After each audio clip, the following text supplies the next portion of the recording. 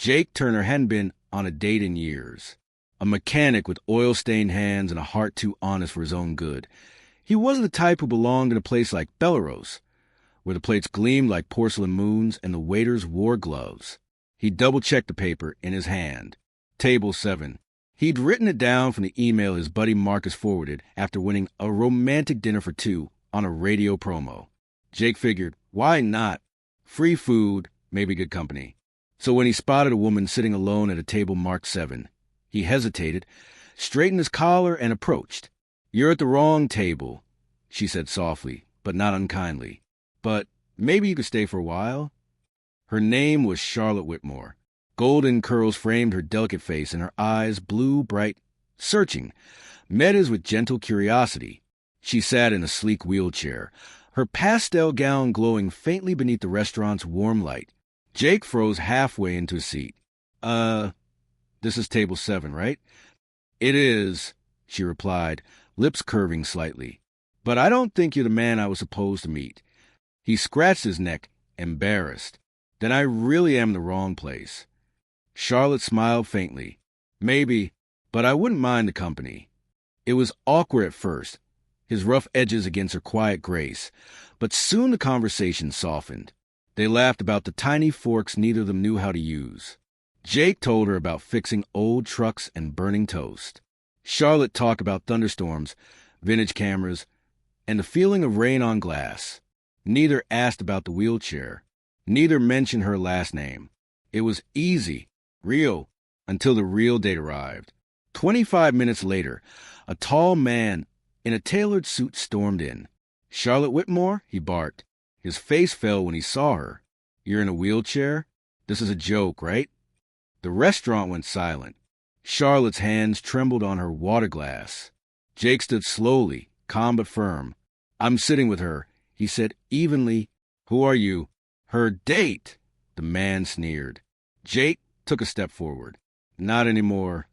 The man scoffed and left, muttering under his breath. Jake turned to Charlotte. "You okay?" Her answer was barely a whisper. "You didn't have to do that."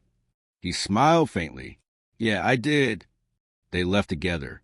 Outside, the night air was cool, carrying the hum of distant traffic. "Sorry I crashed your date," Jake said. She laughed quietly. "Maybe you were supposed to." They ended up at a food truck, sharing grilled cheese and tomato soup under a street lamp.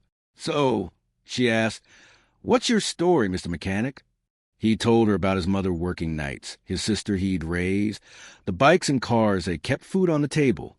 When he finished, Charlotte was silent for a long moment. "You raised her?" she said softly. "That's beautiful." Jake shrugged, just did what needed doing. "What about you?" he asked. Her eyes clouded. 3 years ago, car accident. Crushed spine. Doctor said I was lucky." She paused. "Some days I don't feel lucky." Jake's gaze held hers. "You're here. That's lucky enough." Charlotte smiled, shaky but real. "Tonight was my first date since the accident. I thought maybe someone could see me before they saw the chair." "I saw you," Jake said. Blue dress, sunshine hair, talking about olives. Her eyes filled, and for a moment neither spoke. Then her drink spilled slightly, and before she could react, Jake wordlessly wiped her hand with his handkerchief. "Don't worry," he murmured. "I did it because your hand's beautiful, not because I pity you." She smiled, really smiled, the kind that made the night brighter than any streetlight. The days that followed were full of coincidences.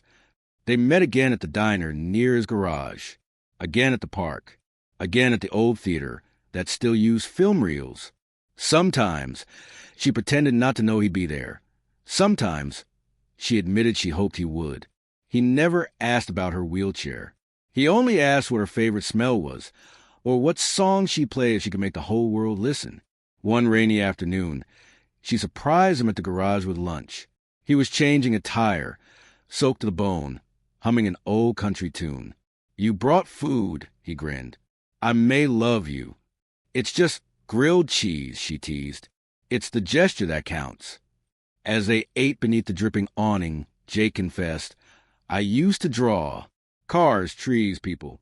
Wanted to be an artist once. But life, well, needed hands more than dreams. Charlotte reached into her tote and handed him a sketchbook. On one page, him, kneeling by a car, rain streaking his hair, eyes alive. "You drew this?" "I had to," she said. "You look like yourself." Jake's throat tightened. "No one's ever drawn me before. I wanted you to see how I see you," she whispered. That night, she found a note tucked inside the sketchbook. "I'd choose your smile over 1,000 steps." She wept, tears of gratitude, of love, of freedom, but their world soon cracked. The tabloids caught them, grainy photo, cruel headline, billionaire's daughter seen with mechanic lover. Her father, William Whitmore, called her into his office, his tone colder than marble. "Explain this." "There's nothing to explain," she said. "I'm with someone I care about." "A mechanic," he spat. "He sees you as a payday. You don't know him." "I had him investigated," he snapped. "He's nothing." She trembled. "I wasn't aware my future required your signature." "You're my only child," he said darkly. "You won't throw it away on someone beneath you." She left without a word. That night, she met Jake at the diner. "Maybe we should cool things down," she said softly. Jake's voice broke. "Did I do something wrong?" "No, it's just complicated." He looked at her long and hard. "I don't need your father's approval. I just need to know you're still you." She said nothing. He stood, left money on the table, and whispered, "I don't need a title, Charlotte. I just need you." Then he walked away. She didn't stop him. Days turned to weeks. The garage felt emptier without her laughter echoing in the corners. Jake threw himself into work, fixing, tightening, welding, anything that kept his mind from drifting to her eyes, her voice, her warmth. But every night, when the last customer left and the tools lay silent, he'd pull out that sketchbook. The page with her drawing him was already soft at the edges, worn through his fingers tracing the pencil lines again and again. He told himself it was over. She lived in a world of chandeliers and press releases. He lived among grease and engines. Some stories weren't meant to fit. Then one morning, a black car pulled up outside the garage. The driver stepped out, crisp suit, unreadable face. "Mr. Turner," he said. "Miss Whitmore needs you. Now." Jake froze, then tossed his rag aside and climbed into the car without a word. The ride was silent. The mansion gates loomed ahead, steel and gold. Inside, the house smelled of roses and rain. Charlotte was in the garden, pale, eyes swollen from crying. "You came," she whispered. "I didn't know if I should," Jake said. "You made it pretty clear last time." She wheeled closer. "My father collapsed last night. Heart attack. He's stable, but it's changed things." Jake knelt beside her. "Charlotte." She shook her head. "He asked to see you." Jake blinked. "Me?" She nodded, tears glimmering. He said, "He wants to understand why you didn't take the money." "Money?" Charlotte swallowed hard.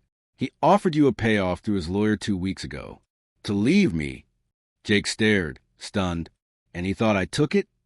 She nodded, ashamed. "I thought maybe you did too. I was angry. I'm sorry." He took a long breath, then stood. "Where is he?" William Whitmore lay surrounded by monitors, the soft beeping steady but weak. His gaze lifted when Jake entered. "You're the mechanic," he rasped. "Yes, sir. I made you an offer." "You did," Jake said evenly, "and I refused." The older man's jaw clenched. "Why?" Jake looked him straight in the eye. "Because love isn't transaction. You raise a woman who deserves to be seen for who she is, not what she's worth." Silence stretched. Then, unexpectedly, the old man gave a brittle smile. "You remind me of myself before I forgot what mattered." He gestured weakly toward the door. "Go. She's waiting." Outside, Charlotte was still in the garden, clutching a blanket around her shoulders. "He talked to you?" she asked softly. Jake nodded. "He did. I think he finally saw you." She closed her eyes, tears slipping free.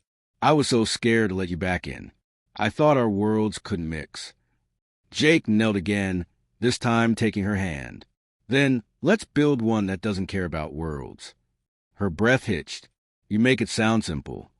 It is, he said. You're my person, Charlotte.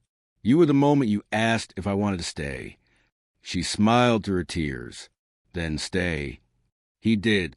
Weeks later, Charlotte showed up at the garage again, not in her usual pastels, but in denim and a messy bun. I'm learning to drive again, she said, grinning. Adaptive car, new controls. Thought maybe my favorite mechanic could help me break it in. Jake laughed, shaking his head. You planning to outdrive me now? Absolutely. That afternoon, under an open sky and the smell of motor oil in spring, she pressed the accelerator for the first time since her accident. The car jerked, stalled, then rolled forward. Her laughter filled the air like sunlight breaking through clouds. Jake stood outside the window, eyes shining. You did it. Charlotte looked at him, radiant. We did. Months passed. Belarus, the restaurant where they first met, hosted a charity gala for spinal injury research, sponsored anonymously. Charlotte gave a short speech, her voice steady. Sometimes, she said, looking toward Jake in the crowd, the wrong table can lead you exactly where you belong. Applause filled the room. But Jake only smiled, the quiet kind of smile that comes from knowing life had rewritten its plans, and somehow the mistakes had become the map. Afterward, outside under the same glowing city lights, Charlotte turned to him. You never did tell me what you wrote on that first napkin. He grinned. The one I left at Belarus? She nodded. Jake pulled a small, folded scrap from his wallet. The ink was faded, but the words were clear. If fate ever gets infused again, I'll be waiting at the wrong table. Charlotte laughed, tears glinting in her eyes. Then I guess I'll always find you. He leaned down, pressed his forehead against hers. Always. And for once, the world, rich and poor, broken and whole, fast and fragile, felt perfectly still. Because sometimes love doesn't come dressed in roses or ready-made dreams. Sometimes it shows up in a grease-stained shirt, sits at the wrong table, and stays long enough to make it right.